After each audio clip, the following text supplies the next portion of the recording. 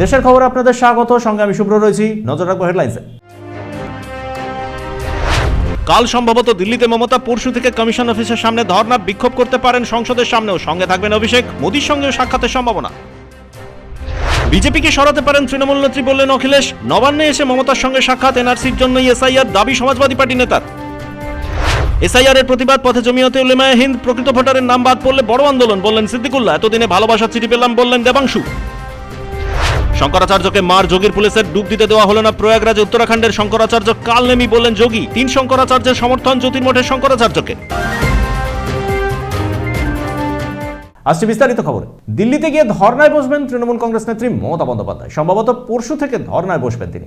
সূত্রের খবর, নির্বাচন কমিশনের সদর দপ্তর বা সংসদের সামনে তিনি টানা ধর্নায় বসবেন এসআইআর এর প্রতিবাদে। এসআইআর এর প্রতিবাদে এবার দিল্লি যাচ্ছেন তৃণমূল কংগ্রেস নেত্রী মমতা বন্দ্যোপাধ্যায়। আগামীকাল তিনি সিঙ্গুরে সভা করবেন, তারপর উড়ে যাবেন দিল্লি। সূত্রের খবর, 3রা ফেব্রুয়ারি পর্যন্ত তিনি দিল্লিতে থাকবেন।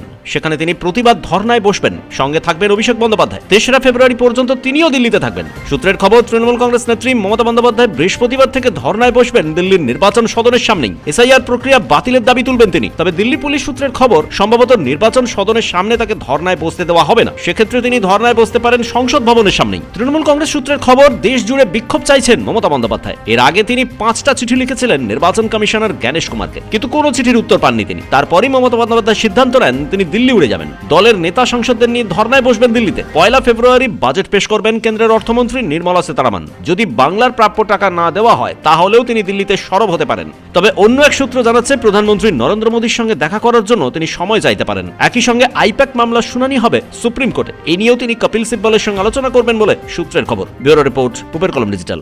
দেশ জুড়ে এসআইআর লাগু হচ্ছে এনআরসির জন্যই বললেন অখিলেশ সিং যাদব। আজ নবান্নে এসে তিনি দেখা করেন মুখ্যমন্ত্রী মমতা বন্দ্যোপাধ্যায়ের সঙ্গে। তারপর তিনি বলেন, তৃণমূল কংগ্রেস নেত্রী একমাত্র পারেন বিজেপিকে সরাতে। কেবলমাত্র মমতা বন্দ্যোপাধ্যায় দেশ থেকে উৎখাত করতে পারেন বিজেপিকে, বলেন সমাজবাদী পার্টির সুপ্রিমো অখিলেশ সিং যাদব। তিনি বলেন, গণতন্ত্র রক্ষার জন্য মমতা বন্দ্যোপাধ্যায় একমাত্র বিজেপির সঙ্গে সমানে লড়াই করতে পারবেন। एसआईआर एनआरसी था, क्योंकि कई लोगों को नागरिकता साबित करनी पड़ी। अभी तक तो वोट चोरी की बात कर रहे थे, लेकिन मैं बधाई देना चाहता हूं दीदी को कि जिन्होंने डिजिटल डकैती को बचा लिया। सोचिए, डिजिटल डकैती की उन्होंने, वो क्या हासिल करना चाहते हैं? आपकी जो डेटा है उसको हासिल करना चाहते हैं। मैं दीदी की हिम्मत को, उनके लोगों को बधाई देता हूं कि इस जिम्मेदारी से वो जनता के लिए लड़ रहे हैं। और ये ED, CBI, income tax BJP के साथ चलता है। बीजेपी का एक संगठन है ये, जहां बीजेपी को लगता है कि इसको आगे करके लड़ा जा सकता है, वो आगे करके लड़ते हैं। पूरा महाराष्ट्र कैसे जीता? ED, CBI, income tax. স্ত্রী ডিম্পল যাদব আর কিরণময় নন্দকে সঙ্গে নিয়ে অখিলেশ সিং যাদব যান নবান্নে। প্রায় 40 মিনিট তাদের মধ্যে আলোচনা হয়। সমাজবাদী পার্টি নেতা বলেন, আমাদের পূর্ণ সমর্থন রয়েছে মমতা বন্দ্যোপাধ্যায়ের প্রতি। আসলে এসআইআর এর নামে এনআরসি করার চেষ্টা করছেন প্রধানমন্ত্রী নরেন্দ্র মোদী, আর এজন্য দেশের মানুষকে হেনস্থা করা হচ্ছে। অখিলেশ বলেন, মমতা বন্দ্যোপাধ্যায় ডিজিটাল ভোট চুরি রুখে দিয়েছেন। মহারাষ্ট্রে ইডি, সিবিআই, আয়কর দপ্তরকে আসরে নামিয়ে জয় পেয়েছে বিজেপি। নবান্নে বৈঠকের পর অখিলেশের প্রশংসা করেন মমতা বন্দ্যোপাধ্যায়। মুখ্যমন্ত্রী বলেন, অখিলেশের কাজ প্রশংসার যোগ্য। ব্যক্তিগত কাজে কলকাতা এসেছেন অখিলেশ সিং যাদব। শেখ ইরশাদের রিপোর্ট, পুপের কলম ডিজিটাল। এসআইআর এর প্রতিবাদে পথে নামলো জমিয়তে উলেমায়ে হিন্দ। তাদের দাবি, মুসলিমদের বাদ দেওয়ার চেষ্টা হচ্ছে ভোটার তালিকা থেকে। যদি প্রকৃত ভোটারের নাম বাদ যায় তাহলে রাজ্য জুড়ে আন্দোলন হবে। শুনানির নামে বিডি অফিসে ডেকে হেনস্থা করা হচ্ছে ভোটারদের। প্রকৃত ভোটারের নাম বাদ গেলে বড় আন্দোলনে নামবে জমিয়তে উলেমায়ে হিন্দ, বললেন সিদ্দিকুল্লাহ চৌধুরী। কয়েকদিন আগে তিনি নির্বাচন কমিশনে গিয়ে মুখ্য নির্বাচনী আধিকারিকের সঙ্গে দেখা করেন। আজ রাজাবাজার থেকে মিছিল করে জমিয়তে উলেমায়ে হিন্দ। সেই মিছিল যায় কমিশন অফিসের সামনে। সিদ্দিকুল্লাহ চৌধুরী বলেন, লক্ষ লক্ষ মানুষকে হেনস্থা করা হচ্ছে, বিশেষ করে মুসলিমদের টার্গেট করা হচ্ছে সবচেয়ে বেশি। अभी आज तो हमने कलकत्ता में किया, हर डिस्ट्रिक्ट में करेंगे।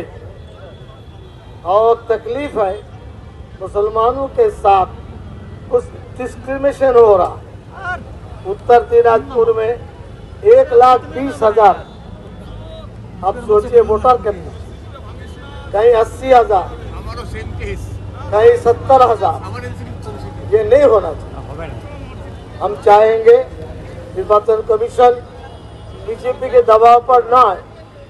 आज तो हमारे अनाउंसर ने कहा है, बीजेपी सीईओ, निर्वाचन कमीशन, दोस्ती खत्म करो। डेमोक्रेसी में यह खतरनाक है। हम डिक्टेटर मुल्क में नहीं रहते, हम रहते हैं डेमोक्रेटिक मुल्क। জমিয়াতে উলেমায়ে হিন্দের তরফ থেকে বলা হয়েছে, যদি প্রকৃত ভোটারের নাম বাদ যায় তাহলে আন্দোলন আরো জোরদার হবে। তাদের অভিযোগ, গ্রাম বাংলায় সাধারণ মানুষকে নিশানা করেছে নির্বাচন কমিশন। বিজেপির কথায় না চলে যদি কমিশন গণতন্ত্র রক্ষা করার চেষ্টা চালাতো তাহলে এইভাবে হয়রানির শিকার হতে হতো না সাধারণ মানুষকে। শেখ এরশাদের রিপোর্ট, কুবের কলম ডিজিটাল। তৃণমূল কংগ্রেসের আইটি সেলের প্রধান দেবাংশু ভট্টাচার্যকে ডাকা হলো শুনানিতে। আজ বালি গ্রাম পঞ্চায়েত অফিসে শুনানিতে আসেন তিনি। দেবাংশু বলেন, শেষ পর্যন্ত ভালোবাসার চিঠি পেলাম। দারুণ লাগছে, হেভি লাগছে। এই সবার যেরকম লাগছে আমারও সেরকমই লাগছে। দেখুন, ব্যাপারটা হচ্ছে জানা ছিল আসবে, কিন্তু কবে আসবে না আসবে সেটা বুঝতে পারছিলাম না। ফাইনালি এসছে ভালোবাসার চিঠি। তো যাই হোক, হ্যাপি নিউ ইয়ার করতে ডেকেছে, আমরাও এসেছি। এখন মুশকিলটা হচ্ছে কি বলুন তো, কোনো ভুল ত্রুটি কিচ্ছু নেই কারোর কাগজপত্রে। বাবার বলুন, মায়ের বলুন, কল্যাণ দেশো না, বাবার বলুন, মায়ের বলুন, সবার বলুন। তো কী কারণে ডাক পড়লো, আমার ডাক পড়েছে, আমার দিদির ডাক পড়েছে। আমার দিদির তরফ হয়ে আমার মা এসছে অথরাইজেশন লেটার নিয়ে। আর আমার দিদির রিসেন্ট হাত ভেঙে গেছে, তো রিসেন্ট অপারেট হয়েছে, তো একদম বেড রিডেন। সে এসছে, আমার কাকার ছেলেমেয়েরা ডাক পেয়েছে। তো কী কারণে ডাক পেয়েছে সত্যি আমরা জানি না। বিয়ে করার আগে শুনানি কেন্দ্রে গেলেন বর, তার সঙ্গে আরো 38 জন বরযাত্রীকে শুনানিতে ডাকা হয়। বিয়ে করতে যাওয়ার আগে শুনানি কেন্দ্রে গেলেন আনোয়ার হোসেন খান। একই সঙ্গে তার পরিবার ও আত্মীয়দের 38 জনকে আজ শুনানিতে ডাকা হয়। দক্ষিণ চব্বিশ পরগনার ডায়মন্ড হারবারের 1 নম্বর ব্লকের বোলসিদ্ধি কালীনগর গ্রাম পঞ্চায়েতের আনোয়ার হোসেন বিয়ের সাজেই হাজির শুনানি কেন্দ্রে। এর জন্য দায়ী নির্বাচন কমিশনার, আমাদেরকে হয়রানি করছে। অনেক মানুষ পিছনে লাইনে আছে, তারাও হয়রানিতে আছে। আমাদের 48 জনের মতন বরযাত্রী রয়েছে, তারাও হয়রানি আছে। 38 জনের হেয়ারিংয়ে ডেকেছে। আমরা এখনো পর্যন্ত অনেক পেরেশানিতে আছি। আর আমরা এখানকার স্থায়ী ভোটার, ভারতবাসী। আমরা বিয়ের সাজে এসছেন? হ্যাঁ, বিয়ের সাজে এসছি। ডেট আছে, যেতে তো হবে। আজকের বিয়ে, অনেক দূর যেতে হবে, হাওড়াতে। তার জন্য আমরা খুব পেরেশান। আনোয়ার হোসেন বলেন, সব নথি জমা দেওয়ার পর রসিদ দেওয়া হয়েছে তাদের। 100 জন বরযাত্রীকে নিয়েই শুনানি কেন্দ্রে হাজির হন বর। ঘটনায় তীব্র নিন্দা করেন স্থানীয় পঞ্চায়েতের উপপ্রধান। আসতে বাধ্য হতে হলো, এবং বরযাত্রী ওদের প্রায় 100 জনের মধ্যে বরযাত্রী ছিল, তার মধ্যে 38 জনের হেয়ারিংয়ে ডাকা হয়েছে। তারা এসছে, সবাই ঘুরে গেছে। কিন্তু এটা বিষয়টা সত্যি খুব বাজে ব্যাপার, নিন্দনীয় ব্যাপার। তাদেরকে হ্যারাস করা হচ্ছে, সকল মানুষ হ্যারাস হচ্ছে।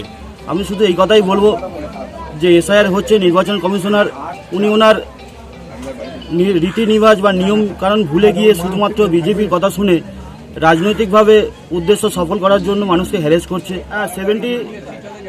75% হিন্দু সম্প্রদায় মানুষ, সনাতন ধর্মীয় মানুষ, 25% মুসলিম সম্প্রদায় মানুষ। এই হিয়ারিংয়ের পার্সেন্টেজটা মুসলিম সম্প্রদায়ের মানুষের প্রচুর।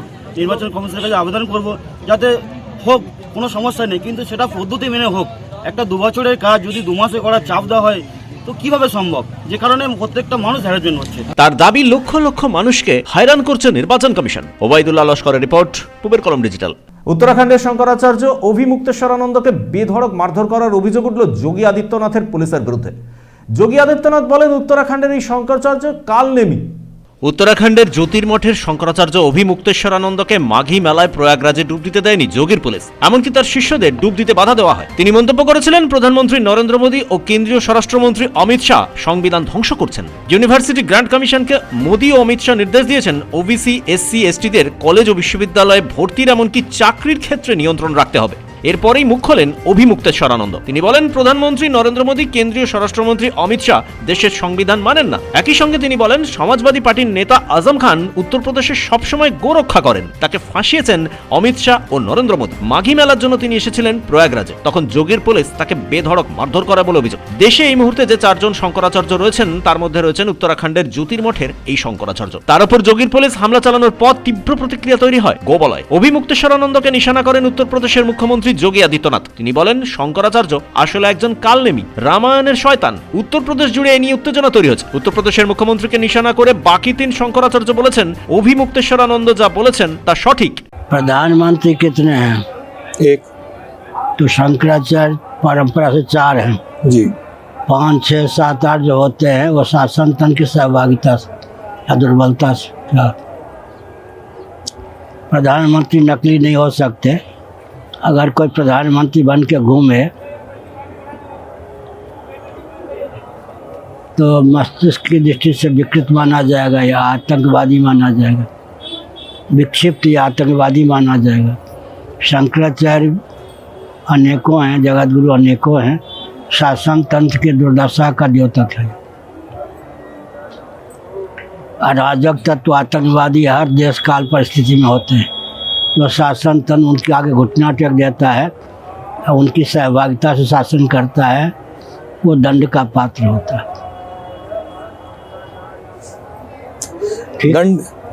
दंड का पात्र होता है। শঙ্করাচার্যের ওপর হামলার প্রতিবাদে গতকাল বেরিলির সিটি ম্যাজিস্ট্রেট অলঙ্কার অগ্নিহোত্রী ইস্তফা দিয়েছিলেন। তিনি বলেছিলেন, যেভাবে মাঘী মেলায় শঙ্করাচার্যের ওপর হামলা হয়েছে তা অত্যন্ত নিন্দনীয়। ব্যুরো রিপোর্ট, পূবের কলম ডিজিটাল। এখন সময় ছোট্ট বিরতির, চোখ রাখুন পূবের কলম ডিজিটালে।